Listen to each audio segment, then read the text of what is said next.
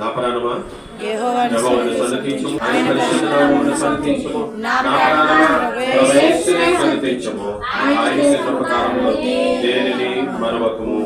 ఆమేన్.